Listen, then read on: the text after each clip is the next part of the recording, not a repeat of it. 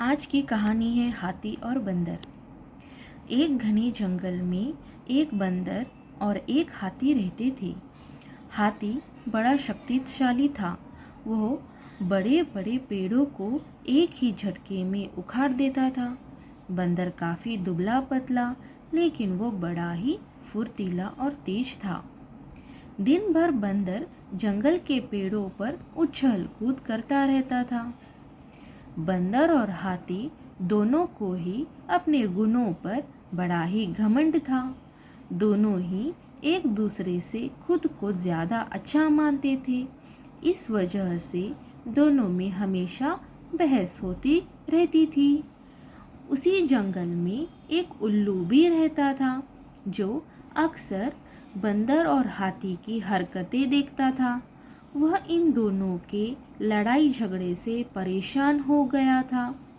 एक दिन उस उल्लू ने उन दोनों से कहा, जिस तरह तुम दोनों लड़ते हो, इससे कोई फैसला नहीं होने वाला है।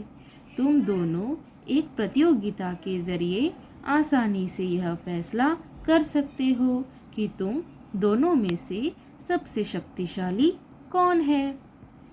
बंदर और हाथी दोनों को उल्लू की बात अच्छी लगी। दोनों ने फिर एक साथ पूछा, इस प्रतियोगिता में क्या करना होगा? उल्लू ने कहा, इस जंगल को पार करने पर एक दूसरा जंगल आता है, जहाँ पर एक काफ़ी पुराना पेड़ है, जिस पर एक सोने का फल लगा हुआ है। तुम दोनों में से उस सोने के फल को जो पहले लाएगा, उसे इस प्रतियोगिता का विजेता और शक्तिशाली माना जाएगा। उल्लू की बात सुनते ही हाथी और बंदर बिना कुछ सोचे समझे दूसरे जंगल की तरफ गए। बंदर ने अपनी फुर्ती दिखानी शुरू की। वह एक ही छलांग में एक पेड़ से दूसरे पेड़ तक पहुंच जाता। वहीं हाथी तेजी से दौड़ने लगा और रास्ते में आने वाली हर चीज को अपनी मजबूत सूंड से उखाड़ फेंकता। थोड़ी ही देर में हाथी और बंदर उस जंगल से बाहर निकल गए। इस जंगल से दूसरे जंगल के बीच के रास्ते में एक नदी बहती थी। उसे पार करने के बाद ही दूसरे जंगल में पहुंचा जा सकता था। बंदर ने फिर से अपनी फुर्ती दिखाई और झट से वह नदी में कूद गया, लेकिन पानी की लहर काफ़ी तेज थी, तो बंदर नदी में बहने लगा। बंदर को नदी में बहते हुए देखकर हाथी ने तुरंत अपनी सूंड से उसे पकड़कर पानी से बाहर निकाला।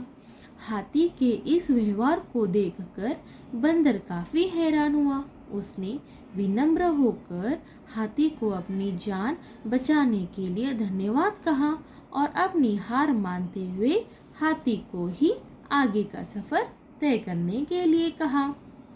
बंदर की इस बात को सुनकर हाथी ने कहा, मैं नदी पार कर सकता हूँ, तुम भी मेरे पीठ पर बैठकर इसे पार कर लो। बंदर हाथी की बात मान गया और वह हाथी के पीठ पर बैठ गया। इस तरह दोनों ने नदी पार कर ली और दूसरे जंगल पहुंच गए। फिर दोनों ने मिलकर सोने के लगे हुए फल वाले पेड़ को भी खोज लिया। सबसे पहले हाथी ने अपनी सूंड से उस पेड़ को गिराना चाहा, लेकिन वह पेड़ बहुत मजबूत था। हाथी के प्रहार से वो पेड़ नहीं उखड़ा। फिर हाथी ने निराश होकर कहा, मैं अब यह फल नहीं तोड़ सकता हूँ। बंदर बोला, चलो मैं भी एक बार कोशिश करके देखता हूँ। बंदर फुर्ती से उस पेड़ पर चढ़ा और वह फल तोड़ लाया। इसके बाद दोनों वापस नदी पार करके जंगल लौट आए और उल्लू को वह सोने का फल दे दिया। उल्लू ने जैसे ही इस प्रतियोगिता के लिए विजेता का नाम बोला, तभी बंदर और हाथी ने मिलकर उसकी बात को रोका। दोनों ने एक साथ कहा, उल्लू दादा, अब हमें विजेता का नाम जानने की आवश्यकता नहीं है। इस प्रतियोगिता को हम दोनों ने मिलकर पूरा किया है। हमें यह समझ में आ गया है कि हर किसी का गुण अपने आप में अलग और ख़ास होता है। हमने यह भी फैसला किया है कि आगे से अब हम कभी भी इस बात पर बहस नहीं करेंगे और हमेशा मित्र बनकर रहेंगे। उल्लू को बंदर और हाथी की बात सुनकर खुश हो गया। उसने दोनों से कहा, मैं तुम्हें यही समझाना चाहता था कि सभी एक दूसरे से अलग होते हैं। अलग अलग गुण और शक्तियाँ ही हमें यह दूसरे की मदद करने के काबिल बनाती हैं। साथ ही हर किसी की अपनी कमज़ोरियाँ भी होती हैं, इसीलिए एक दूसरे का साथ मिलकर रहना ही सबसे अच्छा होता है। उसी दिन से हाथी और बंदर दोनों मित्र हो गए और जंगल में खुशी खुशी रहने लगे। तो आप सबको ये कहानी कैसे लगी और इससे तुम्हें क्या सीख मिला?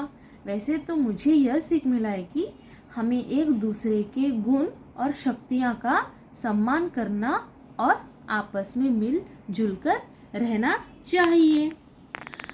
अगर आपको ये कहानी समझ में आई और आपको इससे क्या सीख मिली है, वो मुझे कमेंट बॉक्स में ज़रूर बताइएगा। और कहानी अच्छी लगी तो लाइक कीजिए और सब्सक्राइब कीजिए। धन्यवाद।